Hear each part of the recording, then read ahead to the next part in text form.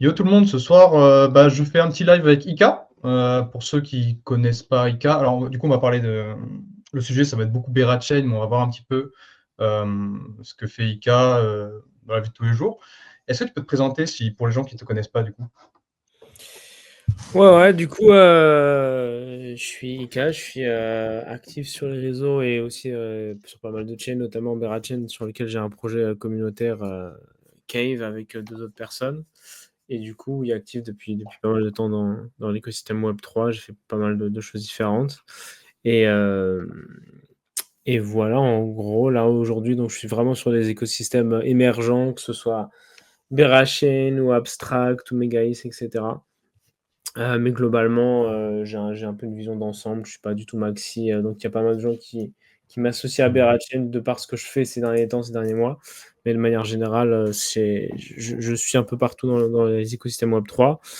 Et donc, que ce soit sur mon compte principal est anglophone, mais j'ai pas mal parlé sur le Small Talk, sur d'autres émissions Mhm. du JPEG et XFM. Donc, je suis un peu sur les deux, à la fois ce qu'on appelle le CTFR et le CT plus globalement anglophone.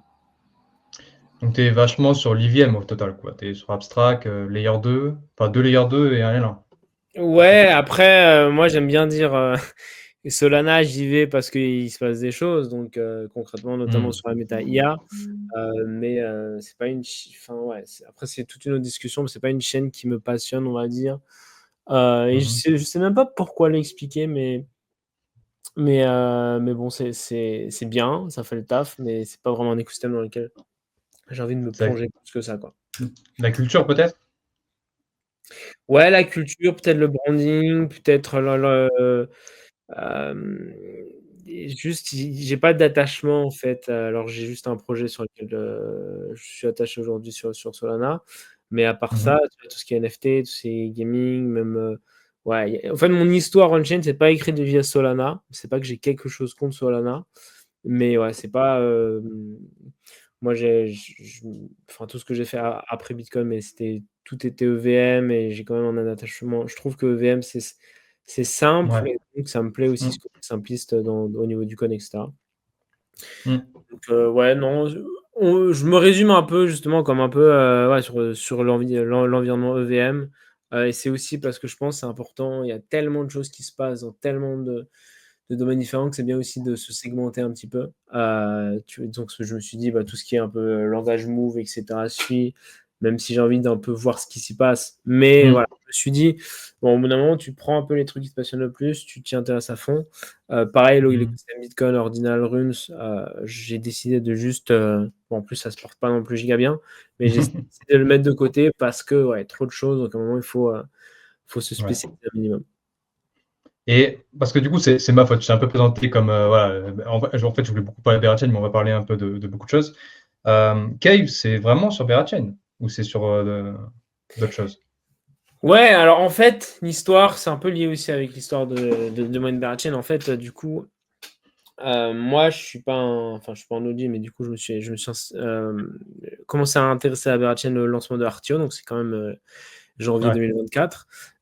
Franchement, moi, c'était une galère, ça marchait pas. Je suis allé dans des Discord, des gens y répondaient en faisant des blagues, ça m'a saoulé, je me suis cassé. Après, plusieurs mois après, en fait, il y avait un projet sur Blast, Baseline, qui était proche de OHM. Du coup, je me suis intéressé à OHM, Olympus DAO et de par là, et j'ai vu qu'ils étaient avec Berachain. C'était vraiment cet angle DeFi. Je me suis dit, ah ouais, il y a des trucs vraiment intéressants. Et en même temps, en fait, j'avais rencontré Nix à NFT Paris 2024, qui est français aussi. Et lui, il était aussi sur l'écosystème EVM Ethereum, plus dans le gaming, etc. On s'est revu à ETHCC sur l'événement de Berachain. Et en fait, on avait un peu ce même postulat on trouve ça vraiment intéressant Berachain, mais c'est compliqué, c'est galère. Il y a aussi un petit peu ce côté culte, un peu renfermé de gatekeeping qu'on voit à la fois sur Berachain et je pense aussi sur Monad. Et donc voilà, c'était l'idée comment en fait onboarder des gens qui sont pas dans Berachain, d'avoir un peu une communauté non OG de Berachain et aussi de pas être on n'est pas dans le Berachain maxisme, tu vois. C'est bah Ouais. si en fait il y a une opportunité sur Solana, bah, on va en parler. S'il y a une opportunité sur Base, donc Nix aussi il s'intéresse à ce qui est autour et la troisième personne aussi. Donc, ouais, le Telegram et la communauté en elle-même et tout le branding, etc., il se fait sur Berachain, mais c'est pas du tout en mode il n'y a que Berachain, il faut parler que de Berachain. Donc voilà, ça reste multi-chain dans les conversations, mais avec un focus évidemment et avec une connexion beaucoup plus forte par rapport au builder de l'écosystème Berachain. Et quand tu dis du gatekeeping, peut-être pour les gens qui connaissent pas, alors je suis pas sûr d'avoir compris moi-même la définition, mais pour moi, c'est le fait que la culture est si forte et si réservée, c'est un peu une inside joke, que c'est assez dur de rentrer dans la communauté. C'est ça, content par. Ouais, mais après, par exemple, c'est déjà ça. C'est aussi que, de facto, et notamment Berachain, en fait, tu avais des communautés NFT, des rebase qui avaient un certain prix. Et donc, il y a des conversations qui se font, des alphas qui se partagent. Et les gens, en fait, ils savaient qu'ils allaient avoir un airdrop de NFT. Donc, en fait, ils n'étaient pas dans un effort d'être sur la timeline, de conquérir la mindshare. Et justement, nous, on trouvait que c'était. Tu vois, tu as une communauté NFT, Pudgy Penguins, c'est une communauté NFT qui est ultra présente, qui s'approprie la mindshare du CT, qui représente aussi aujourd'hui l'écosystème abstract. Et de l'autre côté, tu as des collections NFT Berachain qui, non, en fait, ils font pas d'efforts particuliers à part CBB, à être sur la timeline, à porter l'étendard de Berachain. Ils attendent juste confortablement dans leur Discord d'avoir leur airdrop. Et voilà. Et après aussi, tout ce qui va, un peu ce côté, c'est aux gens de venir nous chercher dans nos blagues et pas à nous d'aller onboarder des gens dans l'écosystème Berachain, tu vois. Ouais. Et c'est pour ça que je fais le pont, et pour moi, il y a pas mal de parallèles à faire avec Monad, qui est évidemment l'autre L1 très attendu. C'est que, avec toutes les histoires de Discord, de rôle, etc., les gens, les gens passent plus d'énergie à chercher d'avoir des rôles plutôt qu'à justement à onboarder d'autres gens sur Monad, etc. Donc c'est toujours la fine ligne entre avoir une communauté, une core communauté qui est solide, mais si ta core communauté elle onboard personne et que tu n'arrives pas à scale, à ramener plus de gens, en fait ça va mourir sur lui-même, quoi, le truc. Et donc voilà. Ok. Et si on devait un peu, on revient d'un peu en arrière, il y a du coup Berachain qui s'est lancé il y a 2-3 mois. Le POL s'est lancé un mois après. Est-ce qu'il y a un moment, est-ce que tu es déçu depuis le départ? Est-ce que j'ai l'impression que tu es un petit peu déçu du développement de Berachain. Déjà pourquoi et depuis quand? Et qu'est-ce que tu attends actuellement? Ouais, en fait, je suis vraiment dans une position. Moi, je suis toujours bullish long terme. Je pense qu'il y a toujours de très belles choses, il y a toujours de très belles dates. Donc, globalement, je suis optimiste. Mais je vois aussi les failles, tu vois, ça c'est important. Moi, je pense qu'en fait, une des failles que j'ai pu penser que c'était un côté très bullish de base, et en fait, non, c'était cette idée où de se dire, en fait, tu as une communauté pré-chain, ça fait depuis 3 ans qu'on a un testnet, donc en fait, il y a une communauté qui se build, etc. Et en fait, ça te fait beaucoup de bruit et ça te fait d'avoir des attentes très hautes par rapport à comment la chaîne va fonctionner, comment il y aura concrètement de gens actifs on-chain, etc. Et le jour du mainnet, tu as évidemment une partie qui va prendre son airdrop et va partir. Tu vas évidemment avoir des trucs qui marchent plus ou moins bien parce que en fait, le testnet sera jamais. En fait, un bon testnet, ça va jamais garantir un bon mainnet. C'est des enjeux différents, c'est une dynamique différente. Une fois que tu es sur le mainnet, c'est comment tu onboard des gens sans qu'il y ait justement cette promesse de airdrop. C'est aussi tout simplement, tu vois, le POL notamment, c'est complexe et donc la team, elle a fait beaucoup d'améliorations, de corrections par rapport à un peu ils appellent ça game theory, les jeux économiques entre les différents projets. Donc ça, en fait, ça prend du temps, c'est complexe et on est dans un environnement Web3 où le meilleur marketing, c'est des bougies vertes. Donc, quand tu n'as pas la bougie verte tout de suite, les gens ne vont pas aller dans les détails, ils ne vont pas essayer de savoir le comment du pourquoi, et donc ils vont rapidement se mettre à shorter. Et en plus, ça c'est un truc que j'avais sous-estimé, c'était la vibe anti-VC qui est très très forte, qui est de plus en plus porte, à juste Ouais. titre, sous plein d'angles. Et en fait, le jour du TGE, il y a eu un énorme FUD des gens, notamment d'Hyperliquid.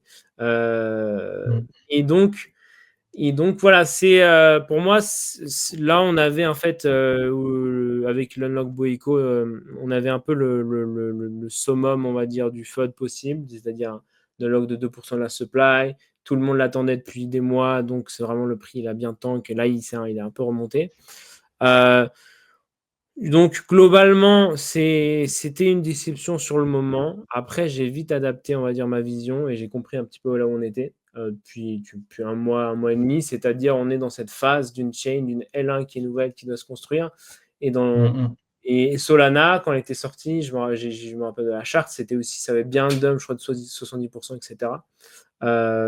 Donc une L1 qui commence avec un début pas glorieux, c'est clairement pas genre quelque chose qui est assez commun, on va dire. Donc après, tu as plusieurs angles en fait. Tu as l'angle du trader et tu as l'angle du farmer. Et est-ce que là, aujourd'hui, tu te dis que Berachain, ça va surperformer le marché? Je ne suis pas forcément convaincu. On a rien qui se présente pour nous dire ouais, vraiment, je suis convaincu que là maintenant, ça va surperformer. Est-ce que c'est là où tu as les meilleures opportunités de farming d'airdrop à l'instant T quand tu vois Hyperliquid avec la saison 2 et avec les calculs qui ont été faits par rapport à ça? Je pense aussi qu'Hyperliquid, globalement, c'est plus intéressant pour du farming d'airdrop.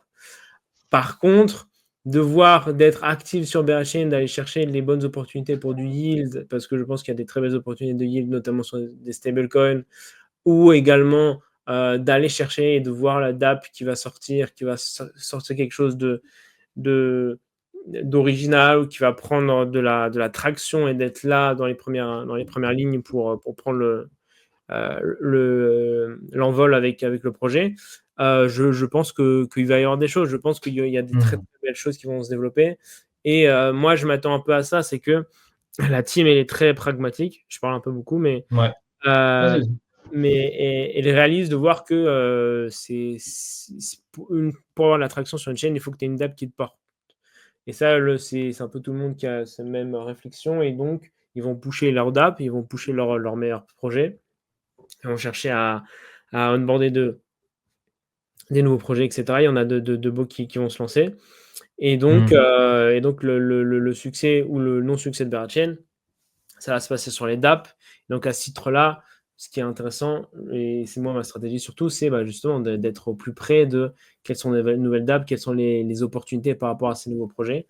Moi, par exemple, j'avais acheté des vapes. Je sais que ça fait un peu débat sur les Français, Oui. les trucs peuvent pas. Mais à voir en tout cas comment ça fonctionne. Mais en tout cas, c'est un projet qui, je trouve, a un angle assez intéressant, même si je comprends totalement l'angle par rapport aux problèmes de santé, etc. Mais donc voilà, il se passe des choses. Il y a une communauté quand même qui reste active, une core communauté qui ne bougera pas, et de gens qui sont prêts à mourir on-chain avec Berachain et qui n'ont aucune intention de partir. Donc tu as quand même des belles choses, que ce soit au niveau des projets, que ce soit au niveau des DApp, que ce soit au niveau des builders. Tu as une fondation qui est très très forte. Après, toujours dur de dire est-ce que bottom is in, est-ce que faudra aller plus bas pour remonter après.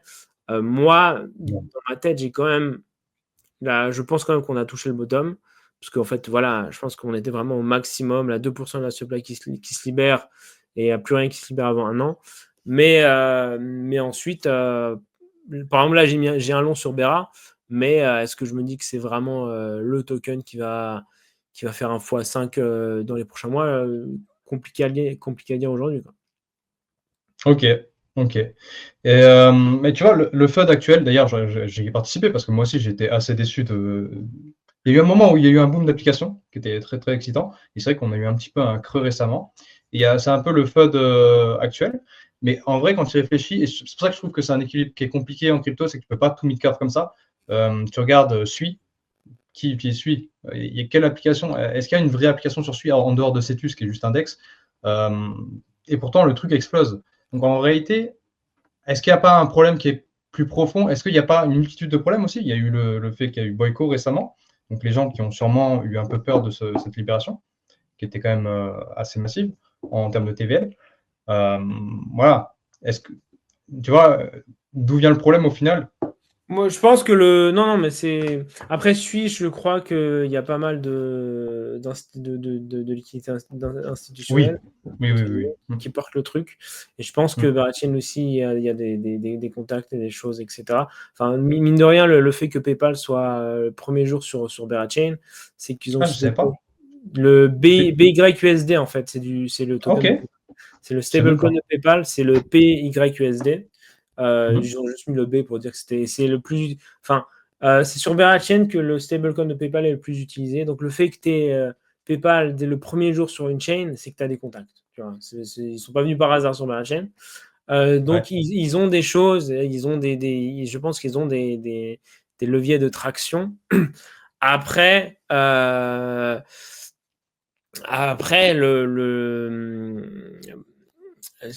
POL, ça a été. Ouais, ça a été un peu.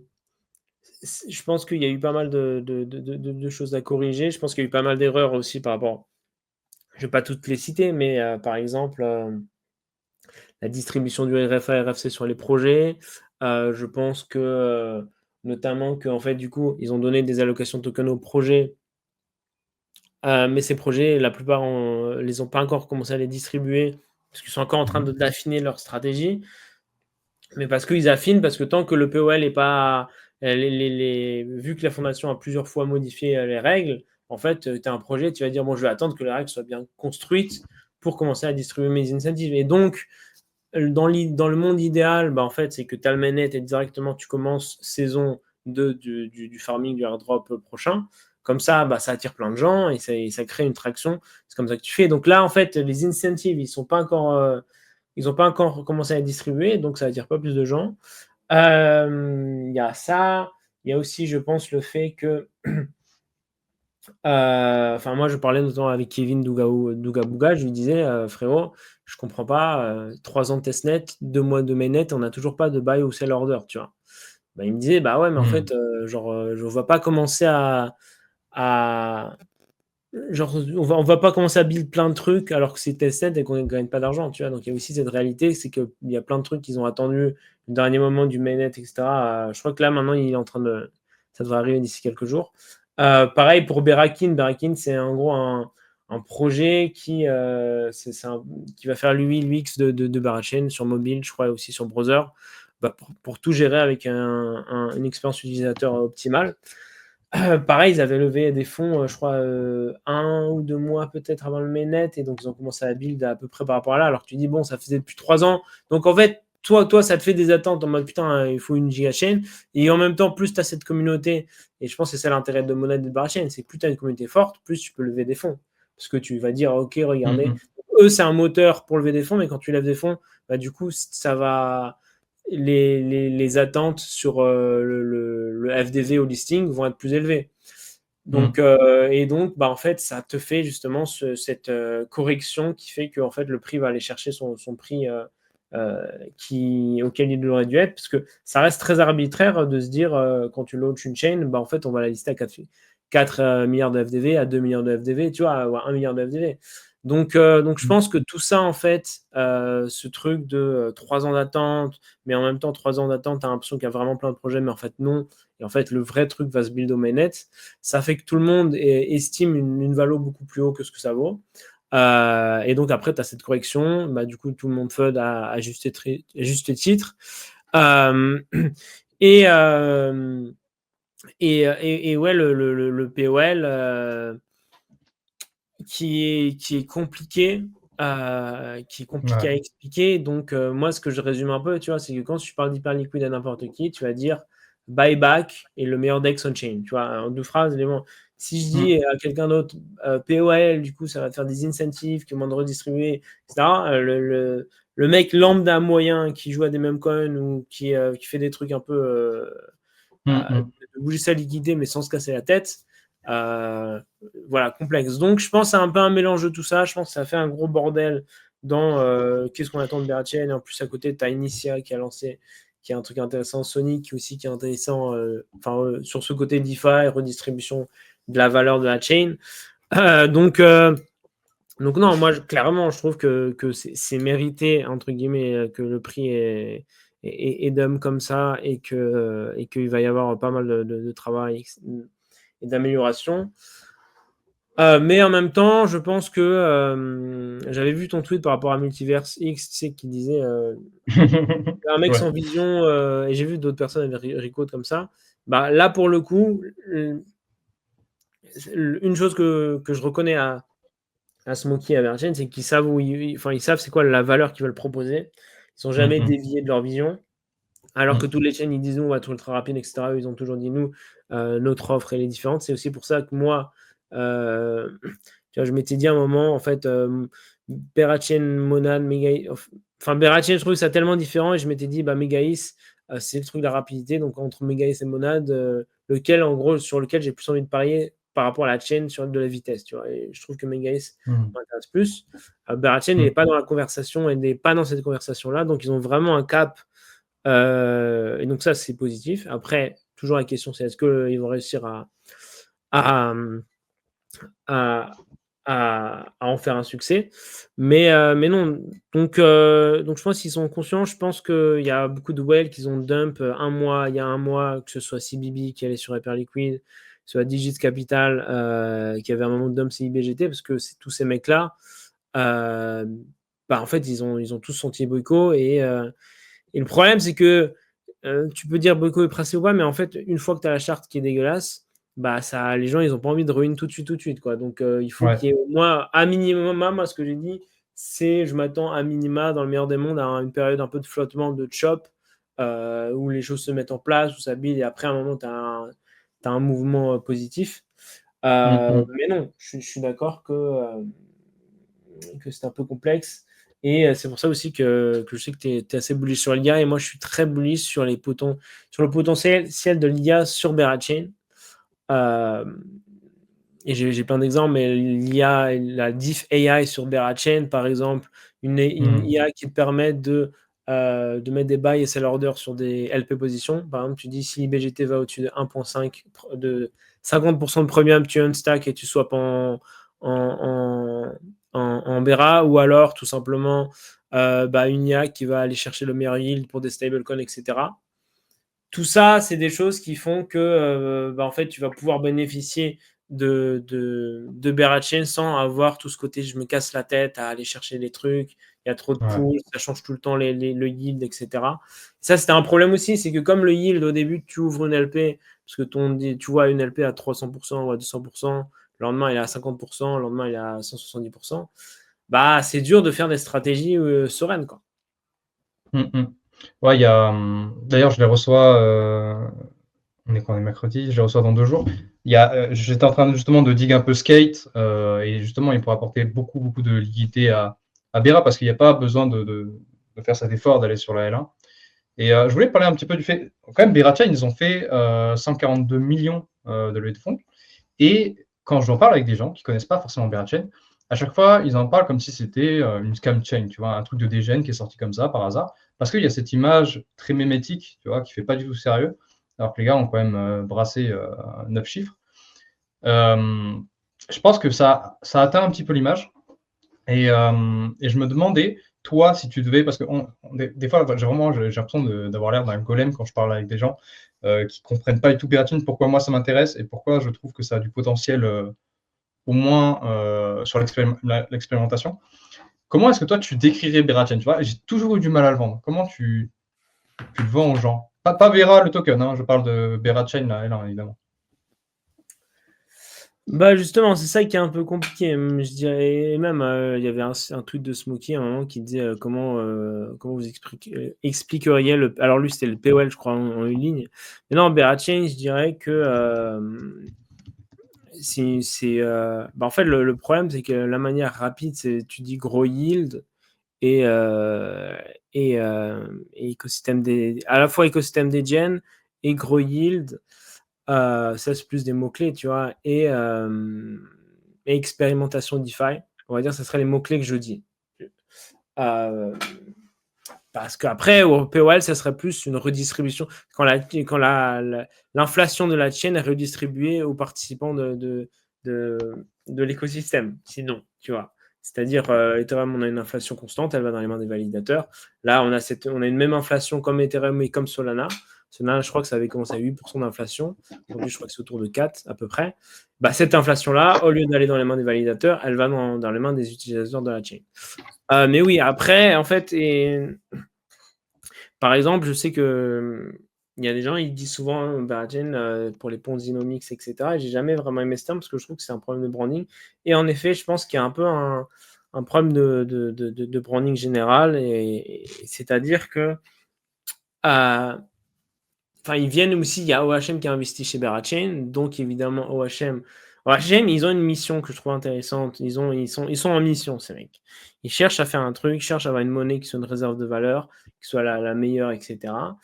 Mais comme tout le monde se rappelle d'OHM de 2021, où ça a fait des énormes pourcentages, où des gens sont devenus millionnaires et d'autres ont tout perdu, bah pour eux, OHM, c'est un Ponzi qui n'a pas marché. Et donc, OHM qui a investi sur Berachain, tu vois, l'image. Alors que pour les gens smart, bah, ils comprennent, etc. Mais encore une fois, ça, je pense que c'est des problèmes quand les bougies sont rouges, mais quand les bougies sont vertes, les gens s'en foutent. Et comme ils disent, c'est qu'ils n'ont pas, enfin, encore une fois, Dolomite, c'est quand même un beau projet DeFi, PayPal, etc. Donc, visiblement, ils n'ont pas de problème de branding par rapport aux institutionnels, en tout cas par rapport à des gens plus sérieux, mid-curve, etc.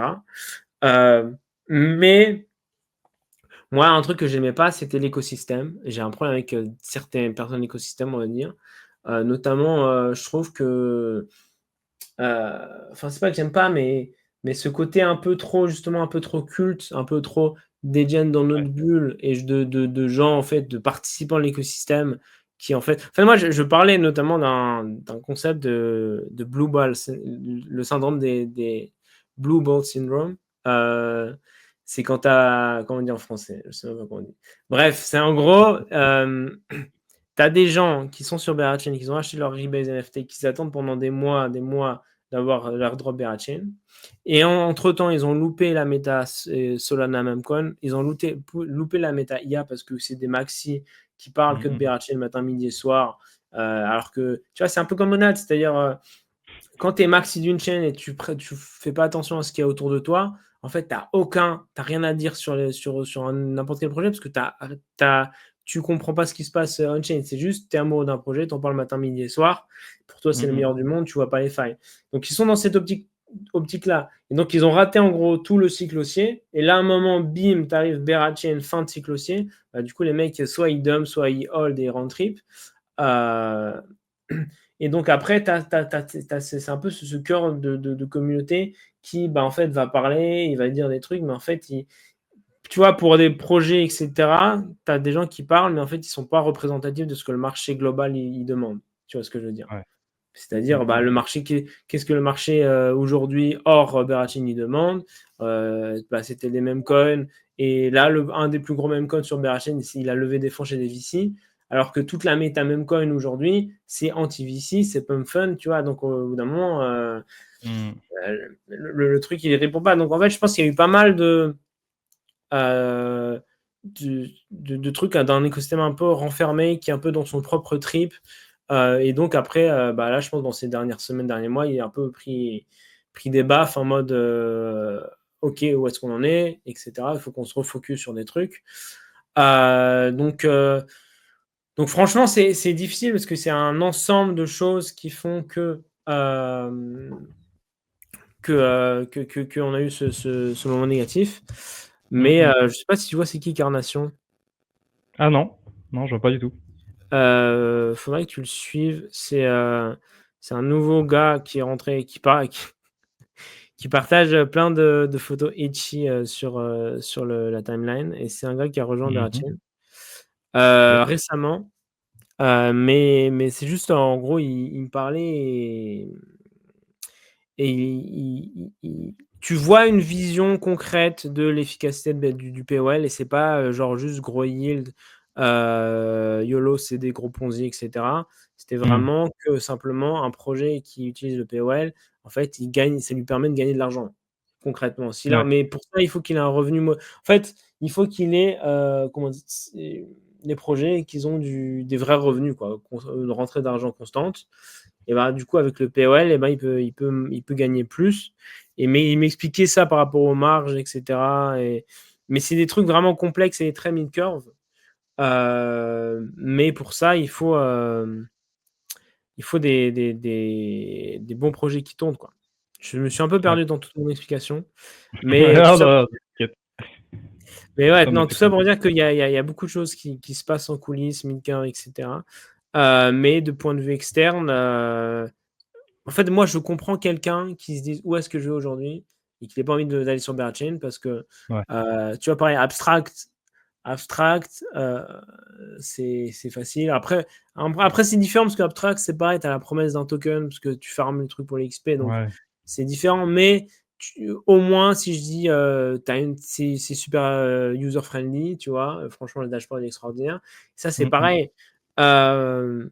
Moi, je pense que, et ça arrivera après peut-être avec Berakin, mais si tu n'as pas ça sur Berachain et que c'est complexe, tu as besoin d'une interface facile à comprendre, où les gens ils Ouais. viennent, tu leur dis en gros, tu poses 10 000 balles en USDC, tu as un truc qui gère pour toi, qui va aller chercher du bon yield, etc., sans te casser la tête, et tu as le meilleur yield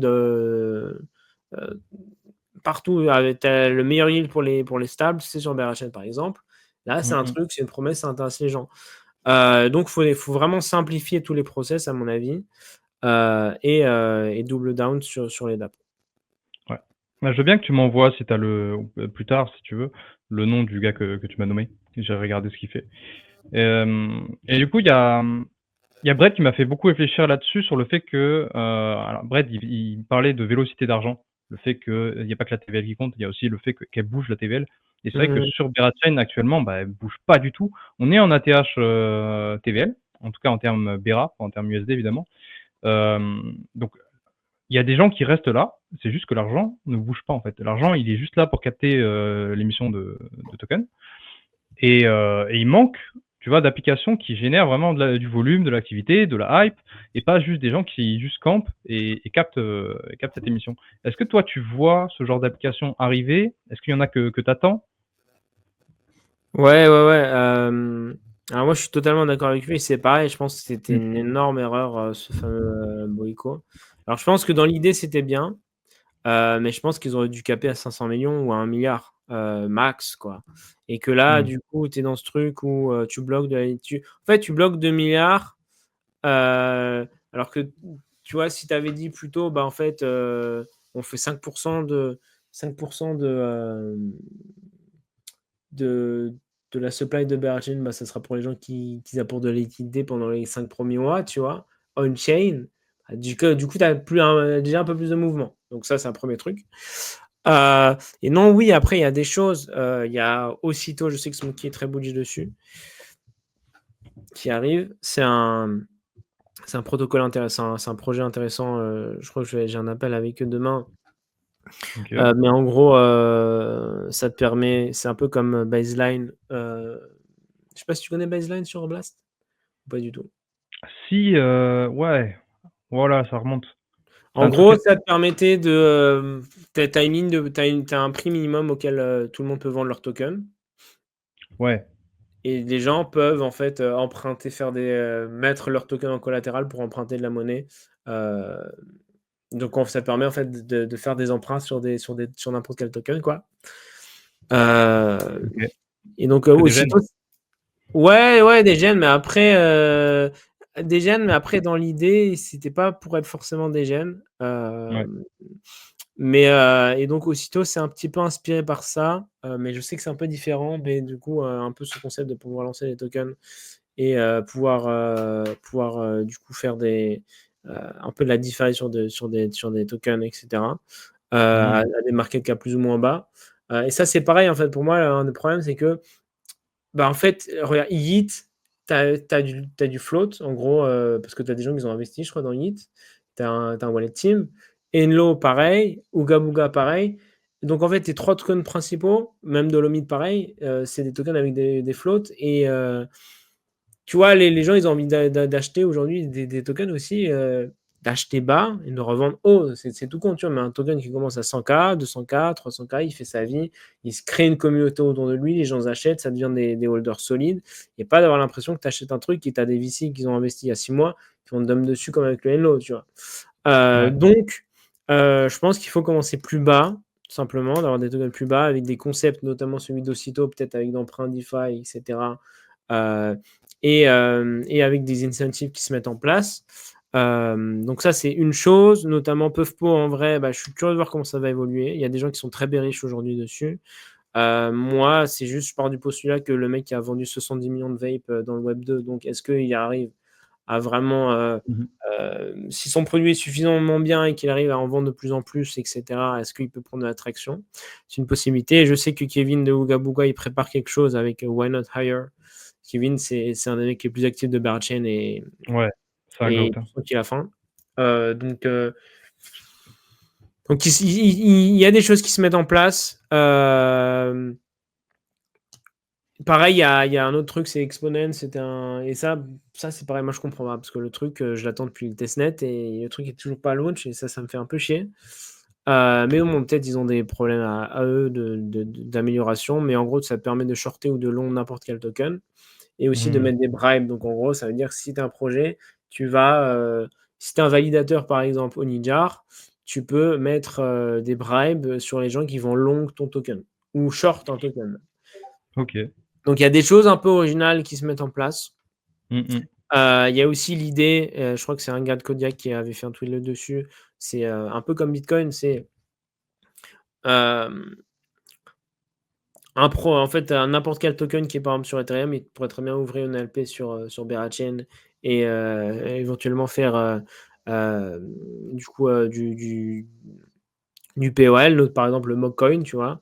Mais Mmh. pour ça, il faut que tu as des bases solides de le POL, il a bien construit. Là, ça fait depuis 2-3 semaines à minima ou voire un mois, ça qui est un peu chiant parce que dans le temps, c'est en 2 jours. Bah, en fait, tu viens vers le projet, tu lui dis en fait là maintenant c'est solide, c'est à tester, etc. Oui, le bear il n'a pas encore explosé, mais on a un écosystème qui est solide, qui tient debout et qui se construit. Et donc c'est un petit peu la voie que je vois devant Berachain, c'est-à-dire cette période un petit peu d'optimisation, et en optimisant, les gens vont plus ou petit à petit comprendre quel est leur intérêt, etc. Alors qu'au début du POL, on était vraiment sur ce côté Ponzi mais c'était Ponzi Mmh. sans Ponzi, c'est-à-dire l'émission. Oui, ça c'est un truc intéressant. L'émission, elle est fixée à 10% aujourd'hui. Et Mmh. donc, bah, les gens qui se partagent le gâteau, bah, il y en avait peu. Donc, évidemment, du coup, les API étaient gros. Mmh mh. Mais donc, ça, c'est pareil, c'était juste parce que des projets ont mis trop d'incentives ou alors parce qu'il y avait beaucoup de protocoles on liquidity, notamment OHM. Parce qu'en gros, je crois qu'ils avaient 70% de la liquidité d'OHM, c'était OHM qui était dedans. Donc, en fait, ils mangeaient la plupart des émissions de BGT. Et Berchin a dit il y a trop qui va directement, c'est trop. Mmh. Parce que du coup, littéralement, ils sont en train de farmer la chain. Donc, ils ont réduit en gros, pour avoir une pool qui reçoive du BGT, il faut que le protocole own liquidity soit capé, je crois, à 30%, un truc dans le genre, pour un petit peu mitiger ça. Et donc, bref, tout ça pour dire que ils mettent en place des règles, etc. Et au début, bah, ça a donné vraiment cette impression de Ponzi, d'API qui ne vont pas durer. Mais ces API, elles ne durent pas parce que quand tu comprends en fait la logique, c'est normal qu'elles ne durent pas, mais c'est pas parce qu'il y a un Ponzi qui va s'écrouler. C'est juste qu'il y aura plus de pools, que les gens vont moins payer en incentive. Donc les choses doivent se réguler. Tu as des API qui soient plus constants. Donc les gens ils soient moins dans l'incertitude de OK, aujourd'hui c'est 200%, demain c'est 40%. Et donc, Mmh. bah, la liquidité, elle commence à s'installer et à prendre position de manière un peu plus sereine. Et je pense que tu vois, que ça a launch, tu as eu des gros API, les gens ont FOMO, ils ont fait un peu les degen et après, ils ont commencé à vendre et tout le monde a paniqué et tout le monde a vendu fortement, quoi. Ouais. Euh, Mmh mh. et juste pour ajouter, par exemple, par rapport à ce truc d'inflation qui est 10%, j'ai vu, et c'était aussi, je suis totalement d'accord avec l'idée que peut-être l'inflation, elle évoluerait en fonction de plusieurs facteurs, notamment s'il y a plus ou moins d'incentives qui sont Ils sont payés aujourd'hui, je crois que c'est 270 000 incentives par jour. Avant, c'était 70 000 au top. 700 000, pardon. Bah, que s'il y a peut-être plus d'incentives, bah, l'inflation elle est 10%, mais si à un moment les incentives ils s'écroulent, bah, tu baisses l'inflation pour pas que ça soit vraiment ce cercle vicieux où, du coup il y a beaucoup trop d'inflation par rapport à l'activité de la chain. En gros, que l'inflation un peu suive l'activité de la chain. Donc voilà, il y a franchement plein de leviers d'optimisation qui sont en train d'être étudiés, travaillés. Mais ça prend du temps et aussi les 140 millions font que bah là, si on va en bear market pendant 2 ans, la team elle peut continuer à build, elle peut continuer à développer, etc. Et la chain, et on a vu des exemples, Solana à 8 $, on l'a vu, aujourd'hui à 140 000, 140 $, pardon. Donc ce schéma d'une chain qui s'écroule et tout le monde la considère mort et après elle repart, on l'a vu il n'y a même pas assez longtemps avec Solana. Donc moi je pense qu'on va avoir ce schéma-là. Encore une fois, dans mon optique, c'est le bottom, mais je suis pas du tout en train de me dire qu'absolument. Donc dans ma tête, c'est possible que ça aille plus bas, mais j'ai un peu du mal à y croire. Parce que on n'a pas on a encore une fois, on a plus d'unlock pendant 1 an parce que la team est très bien connectée. Donc voilà. Mais c'est beaucoup de travail. Mais en même temps, je pense franchement, tu vois, que Monad, je pense que ça va être pareil en fait. Quand j'y réfléchis, je vois pas une nouvelle chain et c'est ça la force d'une L2. Une L2, bah, elle peut prendre 50 ans pour lancer son token et du coup, elle aura à aucun moment il y aura cette pression de panique. Les gens vont peut-être être dégoûtés en disant oh, ils sont sur cette chaîne comme Abstract, mais tu n'as aucune pression. Tu vois. Et donc, c'est pour ça que pour moi, Abstract, ils vont prendre 50 ans avant de lancer leur token. Peut-être je me trompe. Certains pensent fin d'année. Pareil pour Megaïs. Ils lancent, ils ont 3 projets sur leur chaîne. Très bien. Ils ont 3 utilisateurs actifs sur la chaîne. Très bien. Aucune pression. On build, on build, on build, on build. Ça prendra 1, 2, 3, 4 ans. La L1, bah, évidemment, tout de suite, tu as cette giga pression. Mais voilà, c'est le jeu. Et je crois que j'ai vu des gens de Beragen, alors je ne sais pas si j'étais là, si tu étais là à l'époque, mais que aussi, ça avait assez mal commencé. Ça avait bien au début, et donc voilà, là, ça marche très très bien. Mais en plus, c'est vrai que quand, tu vois, à chaque fois qu'une blockchain qui avait beaucoup d'intention se fait FUD d'un coup comme ça parce que le prix chute, bah c'est rarement sa mort en fait. La mort, elle arrive plutôt dans l'ignorance, tu vois, le fait que petit à petit elle perd du mindshare, et là le fait que bah, tout le monde fasse du grave dancing justement pour un peu se venger d'avoir été sideline au début, ou en tout cas qu'ils aimaient pas le produit de base. Ça reste du mindshare, c'est-à-dire que pour moi, je vois pas du tout la mort de Beratin pour le moment. Je pense que si elle devait mourir, ce serait après tu vois, au moins 1 ou 2 ans d'expérience. On voit que ça marche pas, ok, ça meurt. Mais 3 mois, bon. Oui, après, est-ce que c'est un slow bleed pendant. C'est la question, c'est ça. Est-ce que c'est un slow bleed pendant 3 ans et notamment comme Blast, mais en fait. Blast, pareil. Quoi? Juste, il est mort dans l'ignorance, hein. Blast, personne. Oui, mais après, il y a. Oui. Non, c'est clair. Après, Blast, c'est juste aussi qu'on voyait bien que le gars, Pac-Man, il cherchait pas du tout à build, il n'était pas du tout actif dans les tranchées, etc. Et Smokey, on voit, et la team aussi, on voit. Donc, non, je suis assez confiant, mais encore une fois, c'est sûr que là, si tu me demandes, est-ce que vraiment c'est le token à avoir pour faire le plus gros multiple sur ce cycle, j'en suis pas convaincu. Honnêtement, je pense aussi que c'est totalement possible que au bout d'1 ou 2 mois, ils arrivent à avoir ce truc qui fait que la chaîne.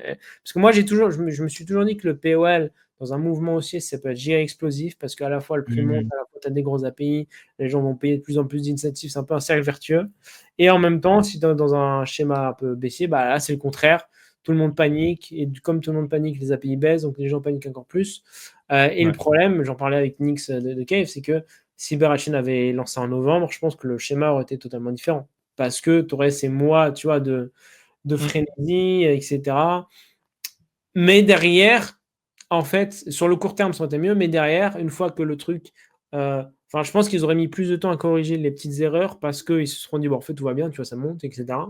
Alors que là, quand tout donne, bah, tu vas aller dans les détails, etc. Tu vas corriger. Alors que peut-être dans l'autre cas, ça aurait explosé à la hausse et après, ça serait encore plus écrasé. On serait retourné à ce prix-là, le temps de construire, tu vois. Je sais pas. Mais c'est sûr qu'il y a ce côté un peu qui amplifie le mouvement, j'ai l'impression, sur bear chain, à la hausse ou à la baisse.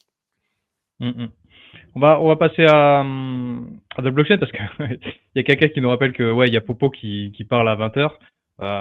Juste, du coup, on va parler un peu d'Abstract. Tu m'as dit Abstract Megaif, c'est ça? T'es pas très bullish sur Monad? J'ai pas l'impression que t'es très bullish sur Monad. Non, je suis pas. En fait, pour moi, Monad, ça va faire un peu le même schéma, c'est-à-dire, et encore, je comprends l'idée. J'aime beaucoup la communication des founders, pas de l'équipe marketing, que je trouve un peu détestable, parce qu'ils shitpostent un peu trop sur les autres. Mais en fait, il n'y a aucun projet aujourd'hui qui m'attire sur Monad. Et donc, pour moi, il y aura donc en fait, pour moi, je vois bien le schéma. Ils lancent leur chain. Les gens qui ont eu leur rôle depuis 50 ans, ils les dumpent. Les gens qui sont à l'extérieur, ils n'ont pas envie de rejoindre. Et le truc, il s'écroule. Ou alors, il fait un truc à la movement et après, il s'écroule, mais dans tous les cas, il s'écroule. Et après, il y aura ce mouvement de building et après, peut-être, ça va partir. Mais en fait, je vois aucun intérêt à m'intéresser aujourd'hui à Monad, sachant que c'est trop compliqué d'avoir des rôles aujourd'hui et sachant que je pense pas que ça va partir en explosion le jour du mainnet, quoi. Ok. Et pour Abstract, Megaif? MegaETH? Ouais, Mega juste, je pense que de 1, t'as testé le testnet et il est incroyable. Enfin, il n'y a rien à dire. Banger. Et ensuite, après, tu as des DApps moins noise. Pour moi, noise, c'est une des DApps les plus intéressantes du cycle, potentiellement. La mindshare, etc. Évidemment, il y a des problèmes, les questions de manipulation, mais bon, voilà. Et en plus, ils sont en partenariat avec Kaito. Donc, pour moi, si Kaito n'investit pas dans Noise, c'est vraiment des cons. Parce que, pour moi, Kaito, ils ont la data. Et du coup, là, tu as une application basée sur leur data. Si Noise explose avec Kaito, ça, c'est tout bénéf pour eux. GTE, pareil, je trouve ça intéressant. Euphoria, pareil, je trouve ça. En fait, il y a 3 dApps qui m'intéressent. Et voilà, Euphoria, GTE, Noise. Euphoria, ça serait un peu du tap trading. Donc, un peu repenser l'expérience utilisateur pour mobile. Et ouais, j'aime bien la team, j'aime bien, Bread évidemment. J'aime bien tout ce qu'ils ont fait. J'ai des Fluffle aussi, j'en ai 2, donc je suis aussi exposé, donc un peu baggish. Mais voilà, je trouve que tout ce qu'ils ont fait jusqu'à maintenant, c'est assez propre. Donc j'ai envie d'y croire. Et je pense qu'ils ont les tools pour le faire marcher. Mais encore une fois, ça va se lancer discrètement à mon avis. Ils vont prendre le temps qu'il faut et ensuite ils vont build et après il y aura le token. Donc il n'y a pas non plus de précipitation à avoir à mon sens, quoi. Et pour Abstract, en fait moi de base j'étais pas fan des Pudgy Penguins. Moi au bear market, moi j'ai regardé et j'étais là en mode bon, flemme des pingouins. Mais en fait quand tu as un produit qui enchaîne succès après succès après succès après succès, tout ce qu'ils font, c'est ils le font bien. Normalement, tu es obligé d'admettre qu'ils font bien leur taf. Donc, c'est un petit peu ça avec Luca. Donc, moi, dès qu'il a annoncé Abstract, je m'étais dit, ouais, c'est. Voilà, en fait, pourquoi parier contre un cheval qui fait que gagner, entre guillemets. En plus, il y avait Cigar, etc. Et ouais, aujourd'hui, l'expérience et l'utilisateur, elle est incroyable. Pour moi, en gros, dans ma vision, c'est le jeu Pudgy Penguins ou les produits Pudgy Penguins qui vont pousser Abstract. Et le succès d'Abstract va aussi dépendre de Pudgy Penguins. Parce que là, il n'y a pas de banger app. Et à mon avis, les meilleurs banger apps, ils viendront de Pudgy Penguins. Donc pour moi, c'est vraiment très lié le succès d'Abstract et de Pudgy Penguins. Le problème que j'ai principalement, c'est ouais, quand je clique sur des transactions et que j'attends 5 secondes, je compare ça à Megaïs, je me dis, ah ouais. Donc, c'est en fait le seul défaut aujourd'hui de Abstract. Après le reste, je trouve que ce qu'ils font, c'est très bien. Et en plus, je ne sais pas si tu t'y es intéressé, mais ils se sont inspirés du POL, du Proof of Liquidity, pour leur concept. Ils appellent ça le Panoramic Governance. Okay. Ils ont sorti un white paper. Et donc, c'est un peu même une invitation aux autres chains, aux autres L2 de s'en inspirer. C'est vraiment un peu pareil. C'est en gros, tu as une inflation d'une L2. Cette inflation, elle est redistribuée au projet. Et en gros, c'est les utilisateurs qui ont stacké leur token, qui ont décidé d'où cette inflation va aller. Un truc dans le genre, à peu près, ou je ne sais plus s'il faut stacker ou holder. Bref, il y a un truc, je crois que c'est plus tu es actif en plus de holder des tokens, plus tu es actif sur la chaîne, plus tu peux décider. Et je crois que tu es payé par les projets aussi pour diriger cette inflation. C'est vraiment pour moi, ils ont vu le POI, ils ont dit c'est intéressant, on va un peu le retravailler sur une L2. Et donc voilà, il y a une utilité pour leur token, que je trouve ça assez intéressante. Megaïs, on ne sait pas encore par rapport à leur token. Donc non, ils font les choses bien. Après, comme tu dis, cette question de la TVL, moi je pense que ça a été l'erreur de Berachain, et là je suis plus du côté de l'abstract, de me dire que c'est pas forcément le plus important, mais en même temps, enfin là pour le coup, abstract, vraiment c'est pas leur but de viser la DeFi.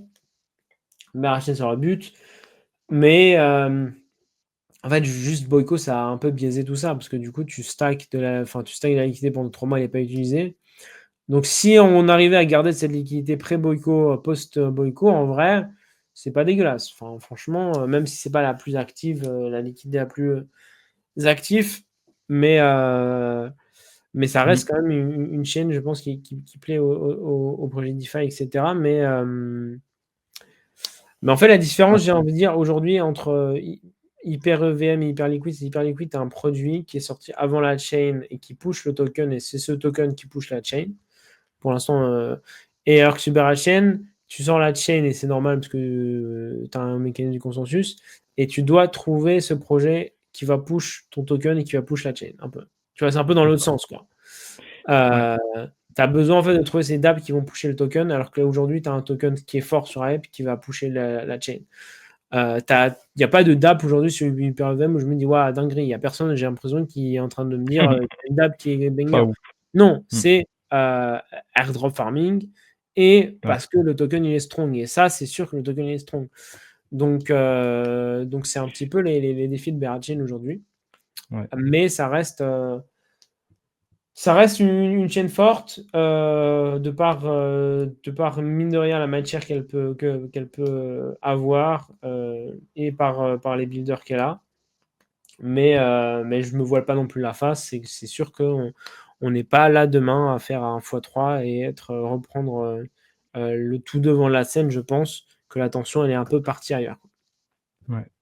Mais c'est vrai que c'est intéressant ce que tu dis sur les applications parce que c'est un truc qui me fatigue. Voilà, c'est l'un qui se lance et qui disent bon bah venez les big builders, venez build chez nous. Déjà ils viennent pas. Quand tu donnes des grants, t'attires que les mauvais. Et c'est ça que j'ai aimé déjà avec Hyperliquid qui fait du coup une app chain avant de faire une L1. Et même Megaif avec la Mega Mafia, où c'est un vrai dévouement. Ils sont allés jusqu'à vivre ensemble dans un hôtel à Chiang Mai pour développer ensemble, tu vois. C'est une vraie famille. Et il faut de ça en fait. Tu peux plus venir aujourd'hui avec une infrastructure sans application parce que juste la compétition est trop grande. Et ce qui me fait peur un petit peu avec Berachain, c'est que comme c'est IVM, comme il y a Monad, comme il y a Mega ETH, comme il y a toutes les layers 2, quel builder ils vont avoir en fait?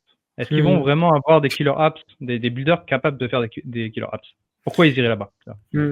Bah, par exemple, la première chose, alors eux, ils avaient avant Megaïs, ils avaient le build Abera, donc c'était un peu le même concept d'incubateur que Mega Mafia.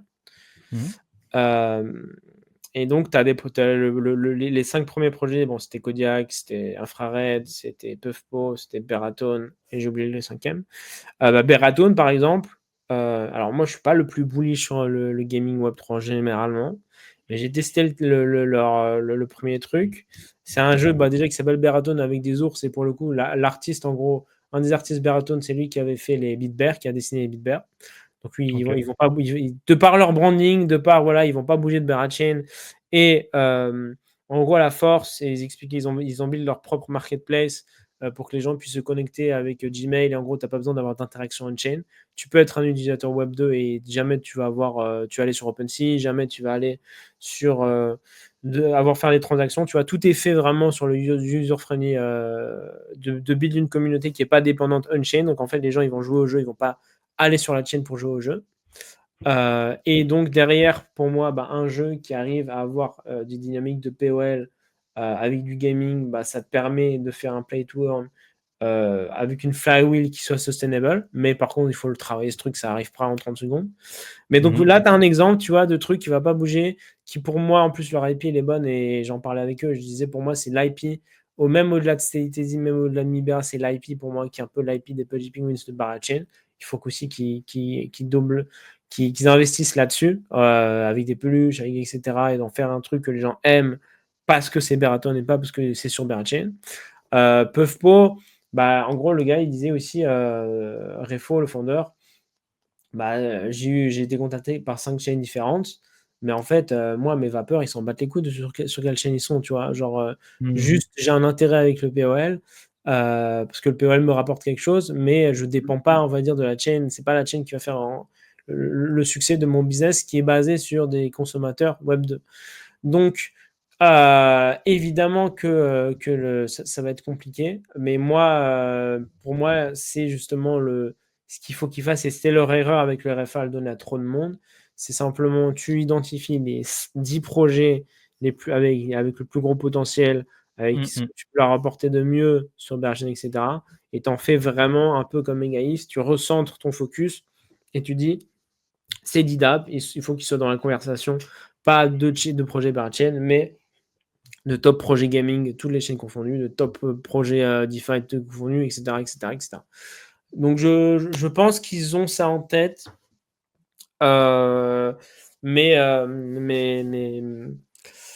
ouais, ça va être intéressant de suivre, parce que je pense qu'ils sont intelligents. Moi, ce que j'ai beaucoup aimé, c'est que quand il y avait le gros flux de post-TGE, il y avait la team de Megaïs qui un peu soutenait Berachain. Enfin, ils avaient fait des tweets un peu en leur donnant de la force. Pareil, là, j'ai vu un tweet d'un mec de Monad qui a dit que Berachain allait bien marcher et qu'il avait buy un bag. Ce que je veux dire, c'est que j'ai quand même l'impression que Berachain, Monad et Megaïs, c'est des chains qui, alors tu me diras, peut-être ils supportent parce qu'ils sont tous dans la même situation, mais qui se reconnaissent entre builder à builder, tu vois. Enfin, genre, c'est pas Movement, enfin, franchement, qui était bullish sur Movement à un moment, tu vois, ou qui était bullish sur Eclipse, etc. Ils n'ont jamais été dans la discussion pour moi. Donc, ça veut dire qu'il y a des choses. Après, et tout reste à construire encore. Et c'est aussi de toute façon pour ça, quand tu as un prix bas, c'est aussi parce que tu fais un pari sur le succès de la chaîne, etc. Donc évidemment, c'est moins safe d'acheter un token qui a, je crois, 350 millions de circuits qu'un token qui a 5 milliards de circuits. Donc l'upside peut être intéressant. Après, évidemment, acheter des BERA et ne pas les mettre en LP, c'est un peu con avec toute l'inflation. Donc, si tu as une exposition, il faut faire travailler ta liquidité, quoi. Genre, soit sur des IBGTA de 100% d'API, soit sur une LP, BERA, IBERA, etc. Mais pas juste acheter en BERA et se dire tout va bien. Et voilà. Et le problème, c'est que, en fait, tu te dis, je vais être tranquille si j'ai des bons API. Mais il faut que ces API soient beaucoup plus stables que ce qu'on a eu sur ces dernières semaines, tu vois. Donc, ça répond aussi à ce que j'ai dit plus tôt. Si tu as des API plus ou moins stables, plus ou moins les gens peuvent se projeter dessus, etc. Et donc, tu te dis, bon, ok, il y a une grosse inflation, mais je prends aussi un gros API. Bah, tu es plus tranquille et du coup, la confiance revient. Et je pense qu'après tout, le FUD, et même là, le FUD Boyko un peu con, parce que bon, quelqu'un qui met 500 balles dans un truc où il y a eu 2 milliards de TVL, c'est sûr que tu vas rien avoir, frérot. Donc, mais pourtant, tu as des gens qui tweetent, qui se plaignent, etc. Donc, tout ce FUD, il faut un peu le passer. Tu te ressens sur tes DApp principales, tu corriges un peu ton POL, et après, à un moment, tu auras ce. Ah oui, juste pour finir, c'était un peu. J'avais écouté une interview du founder de Solana qui disait exactement la même chose. Il disait, au-delà du tweet de Vitalik, ce qui a un peu refait partir Solana, c'était Mad Lads quand ils sont venus. Je crois qu'ils voulaient raise, mais ils avaient raise, mais toute leur raise, elle était dans FTX, donc ils étaient complètement rect. Mais ils ont quand même bossé comme des malades avec la petite équipe qu'ils avaient. Ils ne pouvaient pas recruter et ils ont notamment participé à cet élan. Donc, ce qu'il faut à un moment, c'est que tu as justement ce petit groupe de builders qui soit là en mode on va pas bouger, on va faire le truc et on va y arriver. Et je pense que ce soit avec Berakin, Beraton, Puffpo, tu as plein de petits groupes comme ça de gens qui sont vraiment déterminés et qui n'ont aucune intention de bouger nulle part. Hmm. Donc, je pense qu'on a tous les récipients pour qu'il se passe quelque chose. Mais Ouais. encore une fois, il ne faut jamais être fixe sur ses convictions et toujours évoluer en fonction des news, etc. Tout à fait. D'ailleurs, ça fait 2 fois que j'oublie, mais je voulais rectifier sur l'inflation. T'as raison, c'est 10%, mais c'est 10% sur la FDV. Sur le market cap, on est plus sur du 50%, en tout cas depuis le launch. Ouais, Et ouais. bon, c'est quand même à prendre en compte, voilà. Non, non, C'est pour ça clair. que t'as raison, faut les faire travailler, tu vois. Ouais, ouais, non, clair. Non, mais et d'ailleurs, même moi, c'était justement TX. Moi, j'avais pas tilté tout de suite. Enfin, j'ai tilté après C'est clair.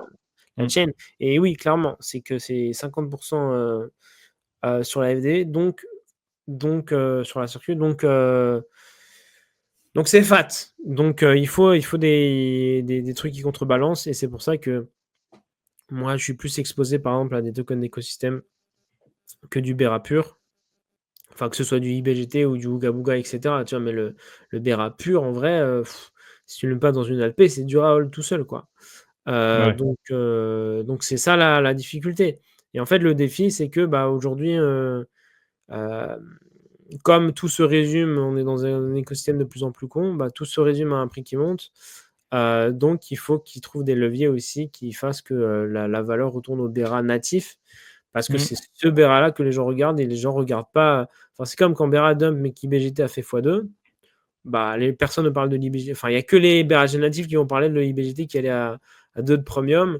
Tout le monde va dire le Bera dump. Donc, il faut réussir à apporter la valeur au Bera pur, quoi. C'est une question que je me posais parce que donc, le BGT, il est lié au BERA, ils ont le même prix parce qu'ils sont rédits en 1 pour 1. Par contre, le IBGT, si tout le monde va ape dans l'IBGT, ça fait pas monter le prix du BGT et donc pas le prix du BERA, c'est ça. Ouais, c'est totalement décorrélé. Et ça, c'est triste. Ok. Et ouais, en fait, il manque un mécanisme pour que la valeur se transmette, en fait. Sinon, ça n'a aucun intérêt. Bah ouais, non, mais c'est pour ça, c'est que c'est vraiment complètement décorrélé. Et après, je pense qu'il y a eu un peu de FOMO, etc. sur les BGT par rapport au tweet de Kevin, Ouais. mais je pense que la fondation l'a vu, je pense qu'ils en sont conscients, etc. Mais ouais, ça c'est pour moi l'exemple le plus parfait, parce qu'à un moment, bon après là depuis ça a bien de dump, etc. Mais à un moment, le Bera avait fait divisé par, enfin il avait fait 8 à 5, je crois, et en même temps, l'IBGT avait fait, enfin il était passé de 20% de premium à 100% de premium. Et donc Ouais. moi, j'avais aucun Bera, j'avais que du IBGT, donc j'étais en mode, tu vois, tu pleures, mais si tu avais tout mis en IBGT, tu serais bien. C'est sûr. Donc, voilà, ça c'est les trucs compliqués parce que, encore une fois, si tu es un mec avancé, etc., et tu fais un peu tous les jours de l'arbitrage, tu t'en sors bien, etc., mais il faut que tu aies un truc qui parle à l'utilisateur lambda. Et donc ça, pour moi, je pense que notamment avec l'IA DeFi, la Diff AI, ça pourrait aider. Et tout ce que j'ai dit, Berakin, etc., etc., quoi. Ouais, d'ailleurs, bon, tu l'as pas encore dit le mot AVA. On va parler vite fait, si tu veux, d'agent IA. Ah, Parce que bah, moi, j'aime beaucoup. Par contre, AVA, tu vois, je suis pas fan, hein, mais peut-être que tu vas bien en parler. Qu'est-ce que toi, est-ce que tu penses qu'il y aura une deuxième vague d'agents IA et qu'est-ce que tu trouves vraiment cool actuellement? ouais, alors je vais commencer par Beratien, parce qu'en fait, Ava Beratien, je disais que je pouvais le dire, mais pas parce que, pas en mode blague, mais en fait parce que je les ai un peu spammés en disant que ça serait intéressant d'avoir une LP, d'apporter leur token sur Beratien. Et Ah. j'ai eu un call avec eux, avec un des gars de Ava, de Hollow World hier. Mhm. Et je sais qu'ils avaient parlé avec un gars de la fondation aussi, que j'ai rencontré à la fondation, ils me disaient qu'ils aimaient bien Hollow World, etc. Et en gros, ce qui peut être intéressant, eux, parce que notamment, ils ont ce côté de créer un personnage un peu à VTuber 3D, etc. Un peu avec ce côté personnalité un peu à la Ava, quoi. Et donc, tu pourrais. Et d'ailleurs, ils travaillent avec Beraton, tu vois. Et le Ok. fondateur de Hollow World a investi dans Beraton. Donc, il y a vraiment un lien. Et que du coup, s'ils travaillent avec les plus grosses IP de Berachain, c'est-à-dire Steady Teddy, Libera, etc. Donc, de créer un peu ces trucs. Ces caractères IA, etc. Et là, c'était l'exemple. Je me dis, en fait, tu as ton token sur Solana, tu l'as bridge sur Base. Pourquoi ne pas aussi l'ouvrir sur Berachain? Et après, comme tu stacks, tu vois, là, j'ai des Ava stackés. Frérot, j'ai des Ava stackés, mais pour l'instant, ils ne me rapportent rien. pourquoi pas essayer de faire un truc de POL, etc. Tu vois, parce que vous pouvez build de la mindshare, etc. Et en même temps, comme ça donne une utilité en plus pour les stackers d'Ava, etc. Donc, cercle vertueux. Donc, ils ont dit que c'est un truc qui pourrait se faire, ça ne se fera pas tout de suite court terme, mais voilà, il se passe des choses. Et je pense que c'est un peu illustratif de Berachain. Je pense qu'il y a des discussions avec plein de projets. En mode, un moment, il y a des choses qui nous intéressent, etc. Tu vois, c'est pas du tout en mode c'est une dead chain. Je pense qu'il y a vraiment des discussions intéressantes, mais que les gens attendent toujours le bon moment. Et tu vas pas t'annoncer quand la chaîne elle est toute rouge, quand tout le monde FUD, etc. En général, tu attends pour timer tes annonces. Donc, je pense qu'il y aura des annonces quand le token Bera se portera un peu mieux. Et de manière globale, moi, je suis assez bullish sur l'IA. Sous quelle forme, je ne sais pas. Là, notamment, il y avait un projet que j'ai vu, un petit projet à très petit market cap, mais en gros, ça te permet de stacker tes USDC, et du coup, ils vont aller chercher la meilleure yield pour toi. Donc, ce genre de truc, moi, je suis assez bullish. C'est quoi le nom? T'inquiète, ça ne sera pas dans la sauce, hein, tu peux te dire. Non, là, j'étais en train de le chercher. C'est Fungi Agent. Je vais te l'envoyer. Je sais pas si tu connais. Je connaissais pas. Non, pas du tout. Intéressant. Le token, je crois, il a 1,2 million, donc c'est assez bas. Mais et j'en ai pas encore acheté, donc ne pumpez pas mon bag. ne pumpez pas mon futur bag. Bag que je n'ai pas encore. mais voilà, je trouve ça intéressant. Donc tout ce qui est par rapport à ça. Et Ava, en fait, je sais pas si tu as vu ce qui s'est passé avec Shape. Shape? Non. Alors, attends. Shape, c'est un truc que je connaissais pas du tout. Alors déjà, Ava et Hollow World, moi je suis bullish sur Hollow World pour plusieurs choses. Je suis bullish parce que... Non, je t'ai envoyé le truc Shapes. Ah, parfait, merci. Alors, attends, je commence par Shapes. Shapes, c'était un truc où tu pouvais créer des IA sur Discord avec une personnalité. Et je crois qu'ils avaient genre 100 000 utilisateurs. Ils disent 30 millions de users, mais je pense qu'il y avait pas mal de votes, etc. Et en gros, ils se sont fait ban de Discord. Et du coup, les gens, ils sont en PLS parce que vraiment, ils faisaient des messages en mode ils ont un peu ban mon meilleur ami, etc. Tu avais vraiment un attachement par rapport à ces shapes, qu'ils appellent ça. Donc, c'est des IA un peu personnalisés, quoi. Donc, moi, ce concept, en vrai, je le trouve assez intéressant. Et moi, je pense qu'on y va là-dessus. Sur jusqu'où d'un attachement avec des IA, avec des personnalités. Et donc, c'est un petit peu la direction que veut prendre Hollow World, avec ce côté un peu WordPress et que tout le monde peut créer une IA personnalisée, etc. Donc ça, c'est un truc, je trouve que c'est un angle qu'il n'y a pas sur les autres. Et en plus, ils ont travaillé aussi avec Pudgy Penguins, il y a Fortnite sur leur site, plein de marques, etc. Donc ils ont aussi des contacts. Et ils vont lancer Mirai, et Mirai, je ne sais pas si tu as suivi, mais du coup, c'est aussi lancé par Senia qui va être lancé par Hollow World et la team qui a lancé Ima. Et Ima, c'est un personnage humain virtuel qui a travaillé dans toutes les plus grosses marques du monde, avec toutes les plus grosses marques du monde, dans ce concept de création de personnalité humaine. Et voilà, pour moi, on y va tellement. Et de manière générale, moi, j'essaie de me dire, en fait, c'est quoi les changements sociétaux ou les nouvelles choses qui vont se passer quand moi j'aurai 70 ans et je vais regarder les jeunes de 20 ans, je vais me dire, je comprends, mais j'arrive pas à ton délire, c'est pas mon délire. Tu vois. Il y a toujours un truc où on sera les vieux de demain, et du coup, il y a un truc, c'est le transhumanisme, de se mettre des clés USB sur les doigts ou de se faire un peu de running, etc. Mais il y a aussi tout ce côté relation avec des IA, un peu attachement, genre c'est vraiment mon ami ou même amour. C'est un truc, si tu me l'expliques aujourd'hui, moi j'aurais du mal. Mais je pense que ça va arriver. Je pense qu'il y aura vraiment des trucs où des attachements très très forts avec des IA, et avec des IA qui seront de plus en mieux développés, avec des vraies personnalités, etc. Et donc je pense qu'à Hollow World, ils travaillent dans ce domaine-là, et ils viennent du Web 2. Enfin, ils sont pas venus parce qu'il y avait la vague IA. Ils travaillaient déjà depuis, je crois, 2 ans derrière. Ils sont aussi backés par Binance, etc. Mais donc, ils ont des contacts, ils sont sur un angle que je trouve intéressant, et ils m'ont parlé qu'ils veulent aussi viser le Web 2 globalement. Et du coup, ils travaillent aussi, ils ont un MCP qui m'a l'air aussi intéressant et qui fait aussi la DeFi. Donc, je ne sais pas comment c'est directement relié au token AVA, mais en fait, tout cet angle-là de chercher à être un petit peu d'être un truc qui soit vraiment utilisé par des utilisateurs lambda, on va dire. Je trouve ça intéressant. Mais c'est à peu près tous les clés qui font que moi, je suis assez bullish sur le world. Et aussi, le petit détail, mais en vrai, qui n'en est pas un, c'est que juste la team aussi, j'adore comment ils communiquent. Ils sont propres, sont carrés, ils taffent. Tu vois, c'est pas I7Z ou Show, il déconne tous les 3 jours. Putain, ouais. Et Virtual, en fait, à la fois je suis bullish, à la fois je suis pas bullish. Ouais. Moi, j'étais très bullish sur le game. En fait, j'avoue, est-ce que c'était vraiment intelligent d'avoir 3 tokens? Parce que du coup, 3 tokens pour, Non, c'est pas intelligent. tu vois, l'écosystème, c'est giga dilution. En plus, tout ce système de launchpad où tout le monde est en train de dire c'est incroyable. Oui, mais au bout d'un moment, quand tu lances 5 tokens, 5 IA par jour, tu dilues ton écosystème, etc.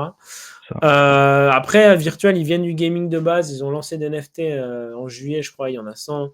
C'est un peu des lands et tout. Donc, je pense qu'à un moment, ils vont faire un peu le pas gaming. Et je pense que les IA tu vois, un peu dans les métaverses, gaming, etc., ça peut être intéressant. Donc, il y a des directions et tout. Mais ça reste, enfin, on l'a vu que les tokens sont assez strong. Donc, pour moi, ça va perdurer. Mais ça va perdurer avec moins de tokens. Et Hollow World, c'est juste une des teams qui a toujours été clean, toujours propre. Et qui n'est pas venue parce qu'il y avait on parlait d'IA après GOAT, quoi. Ouais. Il y a une question de. Ouais. Tu voulais finir? Non, j'allais te demander, du coup, c'est quoi toi? Parce que je suis curieux d'avoir ton approche, toi. Pourquoi tu es moins bullish sur Hollow World et Ava? Je sais pas, j'ai jamais accroché au délire, mais en toute honnêteté, moi j'étais beaucoup plus sur de l'infra et beaucoup moins sur les VTubers. C'est des trucs qui me cringeaient pas mal au début, mais je pense que je suis pas allé assez profond dans le world pour voir la vision, parce que j'ai vu qu'il y avait des gens qui étaient totalement bullish, giga bullish dessus, et toujours pas, enfin j'avais jamais vraiment compris pourquoi. Donc j'irai voir, je t'avoue que depuis que ça a décroché, j'ai un peu laissé de côté. Là je regarde un petit peu, justement j'allais te poser la question. Revo qui demande sur AI16Z et Arc, est-ce que les infras on y croit encore? Souvent ils ont évolué, Arc il passe actuellement sur du paiement entre agents, et AI16Z ils ont leur plateforme AutoFun.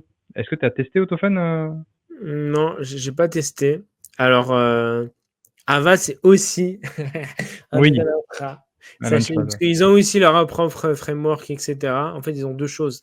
Ils ont leur framework et aussi ils ont leur truc d'audiovisuel. Et notamment, ils disent qu'ils vont lancer un terminal pour Ava. Et donc, je ne sais pas exactement comment ça va fonctionner. Je pense que ce sera pas pour utiliser leur MCP.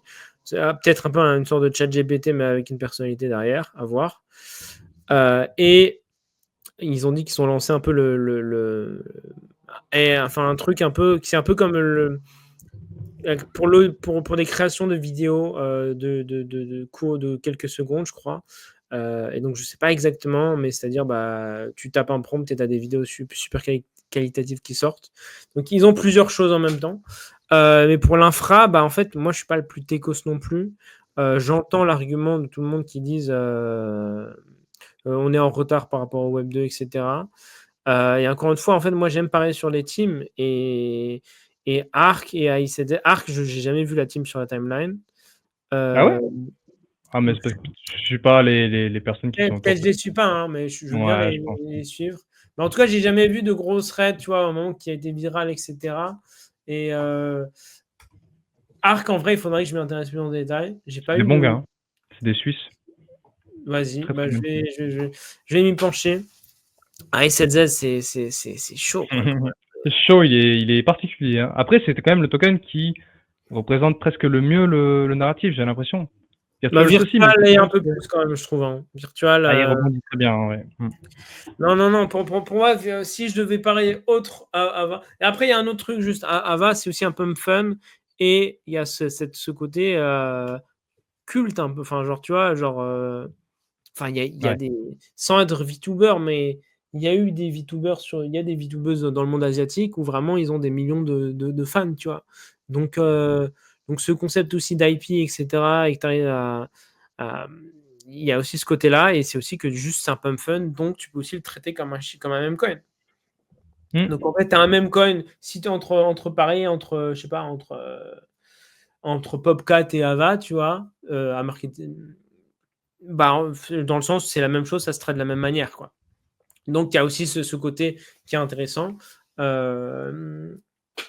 Mais sinon, les autres infras,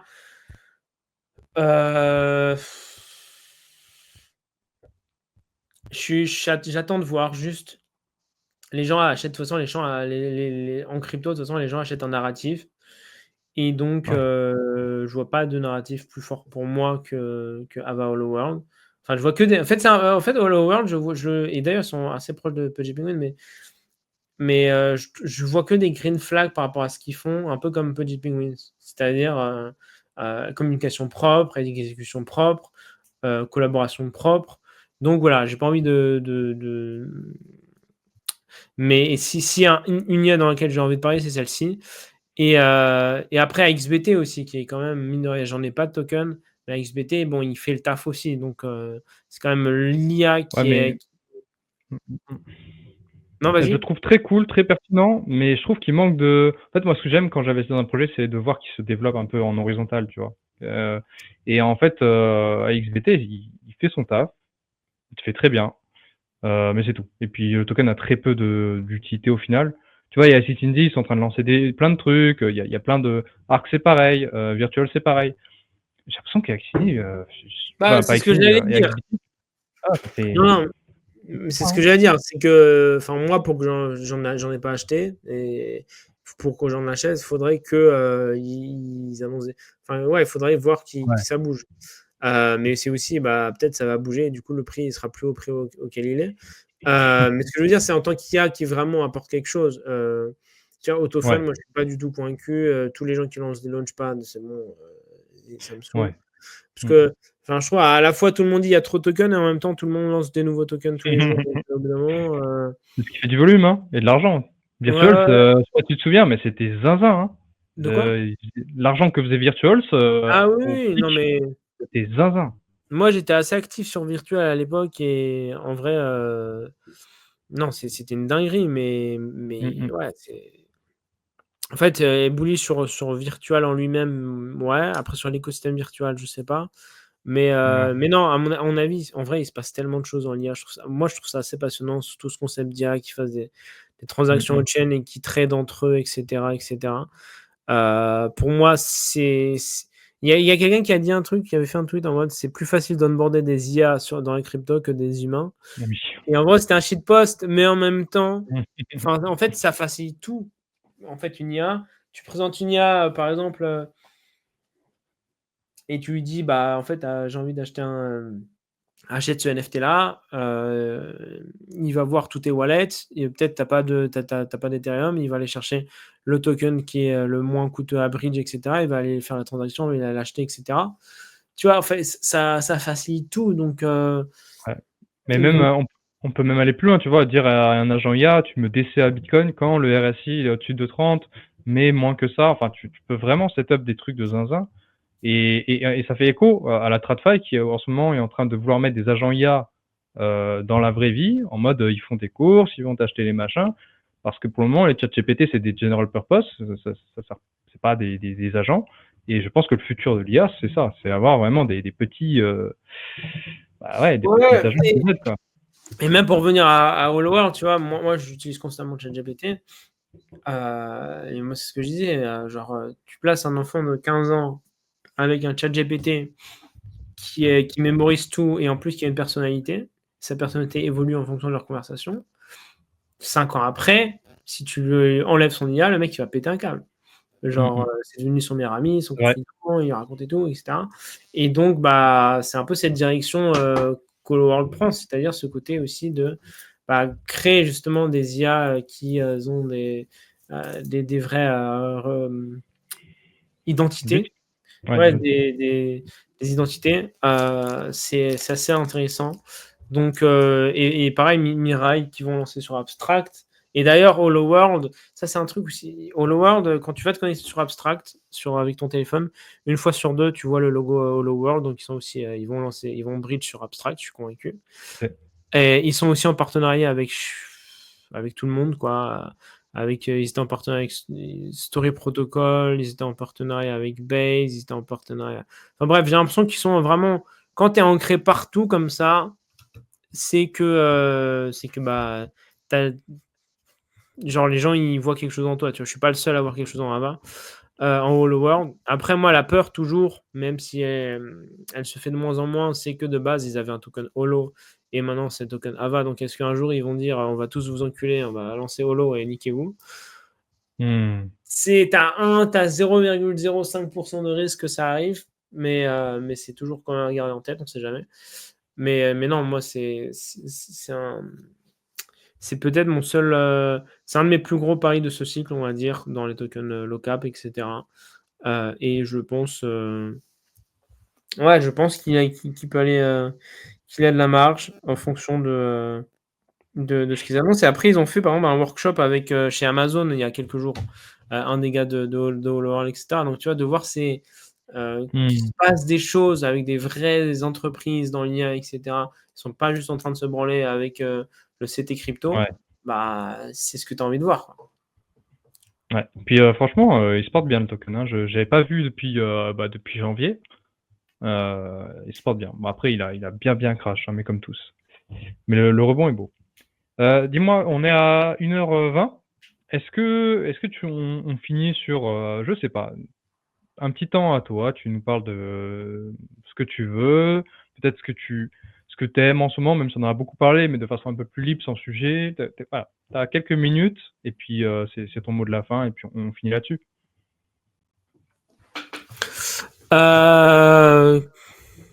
Pour c'est dur. finir, hein? C'est dur de Ouais. trouver. Ouais, bah, parce que là, j'ai sorti toutes mes gâchettes entre Mais Noise, oui. etc. Non, mais pour finir, je trouve que parce que je vois que tu te positionnes un peu sur le CT dans quelqu'un qui aime un peu essayer de push des trucs qui sont pas forcément au goût du jour, un peu en mode mid-curve, on va dire dans le positionnement parfois. C'est vrai que c'est parfois un petit peu difficile et moi j'ai un peu cette petite période de frustration, un peu de fatigue de voir ce nihilisme crypto où tout est de la merde, Ouais. où faut tout JIT et on est quand même reward pour ne pas believe in something. C'est pas facile tout le temps, enfin d'être motivé et après ça se comprend, tout le monde est là, tout le monde veut faire de l'argent, évidemment. Si tu peux changer ta vie, c'est souhaitable, je le souhaite à tout le monde. Mais en même temps, c'est vrai que derrière, il se passe des choses comme dans les cryptos qui sont passionnantes, que ce soit par l'impact qu'ils peuvent avoir dans le monde de Web2, même si on ne le remarque pas forcément, et par enfin voilà, tout ce qui est géopolitique avec Bitcoin, etc. Ça reste aussi des choses passionnantes et je pense que c'est aussi important parfois de voir les choses sous un angle non financier et simplement putain c'est cool, qu'est-ce que ça peut apporter aussi, etc. Que ce soit avec l'utilisation des stablecoins, que ce soit avec le revenir aux choses basiques, le BTC, etc. Je pense que c'est important pour de reprendre un petit peu des moments parfois et juste de voir un petit peu et de reconnaître aussi que bah, peut-être c'est un projet, il faut aller à zéro. Et je parle pas de Vergène, forcément, mais que des fois, bah, aussi, tu as des gens simplement ils ont fait un pari, ils ont investi comme n'importe quelle startup. Et aussi garder les yeux en tête, c'est que bah, tu as des builders qui vont tout faire pour réussir et ça va pas marcher. Et bah, ils ont essayé et ça n'a pas marché, c'est la vie. C'est aussi pour ça que quand tu investis dans des projets, bah, il faut toujours te dire en tête que bah, ça peut aller aussi à zéro et pas parce que tu t'es fait errer, pas parce que les gens ils ont voulu mal faire, mais simplement parce que c'est le monde d'un environnement ultra expérimental.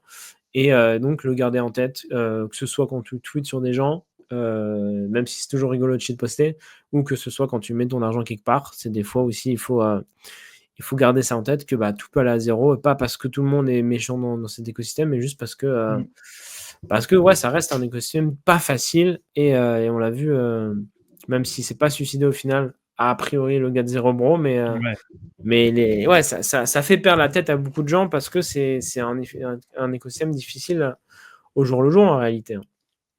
C'est voilà ma petite minute philosophie, mais Mais c'est vrai que on oublie que parce que tout le monde aime partager ses wins évidemment, mais aussi, toujours les gens qui vont faire un DM pour dire qu'ils se sont fait drain, tous les gens Ouais. qui vont dire qu'ils ont pas marché et cetera. Ça reste quand même un environnement qui est extrêmement compliqué, Mmh. extrêmement pesant quand il est au quotidien parce qu'il y a toujours, voilà, tout change, au jour le jour et tu peux avoir une conviction de te faire chier dessus par tout le monde comme sur Berachen post-TGE, mais c'est la vie, hein, en fait, tout ce que j'ai dit, un environnement très compliqué, aussi beaucoup de gens qui perdent la mesure de la valeur de l'argent et cetera, donc toujours garder la tête, froide quand, tu abordes l'écosystème. Clairement. J'aurais bien aimé finir l'épisode là-dessus parce que c'est vraiment très, très cool d'avoir dit tout ça. C'est très inspirant. Juste, je t'ai pas posé la question et je trouve que c'est une question qui est vraiment intéressante aujourd'hui parce que ça divise, absolument toute la TL, tout le Twitter. Le futur à partir du moment sur ce cycle. Qu'est-ce que toi alors j'imagine que de toute façon tu fais pas beaucoup d'AT, c'est pas mais voilà, c'est ton petit feeling, ton petit nez, il te dit quoi? ATH Bitcoin, ATH, alt ou juste, double top et puis ciao? Non, moi, je suis assez convaincu qu'on aura un nouvel ATH Bitcoin. Heu, Ouais. sur les alts, compliqué à y penser, mais je pense que tu auras des alts, enfin, j'ai du mal à croire à une alt season où il y a tout qui monte comme ça, genre vraiment Mmh. n'importe quoi. Tu achètes un token, il fait x4 et cetera, mais que tu as des alts qui surperforment, qui performent très fort. Oui, j'y crois aussi. Mmh. Mais la conviction, enfin, en fait, quand tu vois toutes les news Bitcoin, genre, d'un point de vue, pas crypto Twitter, mais d'un point de vue juste les États-Unis, et cetera, tous les gens qui se positionnent. Ouais, j'aurais vraiment du mal à me dire que là, maintenant, on va peut-être à 100K et ensuite on va où? On va à 60K, 50K? Ouais, je sais pas. Donc moi, ouais, si je devais parier, je dirais ATH Bitcoin, ATH de quelques alts, mais je crois pas forcément à ouais, je crois même pas à une alt season généralisée comme on en rêve depuis des années. Ouais. OK, plutôt d'accord avec ça. Bah, écoute, merci d'être venu, franchement, c'était super cool. Ça fait plaisir de t'avoir et puis, bah, je te souhaite le meilleur avec Cave, avec, Berachain, Abstract ou le reste, ou MegaTH. Merci, avec plaisir et je viens de Ah voir oui. que Bektra est live sur le testnet Beragen, donc impatient de l'avoir aussi sur le mainnet. Ah, Euh, let's go. Je vous envoie d'ailleurs le profil de Ika, c'est vrai que j'ai pas pensé, voilà. Si vous connaissiez pas, vous avez son profil. Et puis bah, je te souhaite une bonne soirée. Et puis on se tient au courant. Yes, merci à toi, bonne soirée, merci pour l'invitation, c'était très cool. Avec plaisir. Ciao, ciao.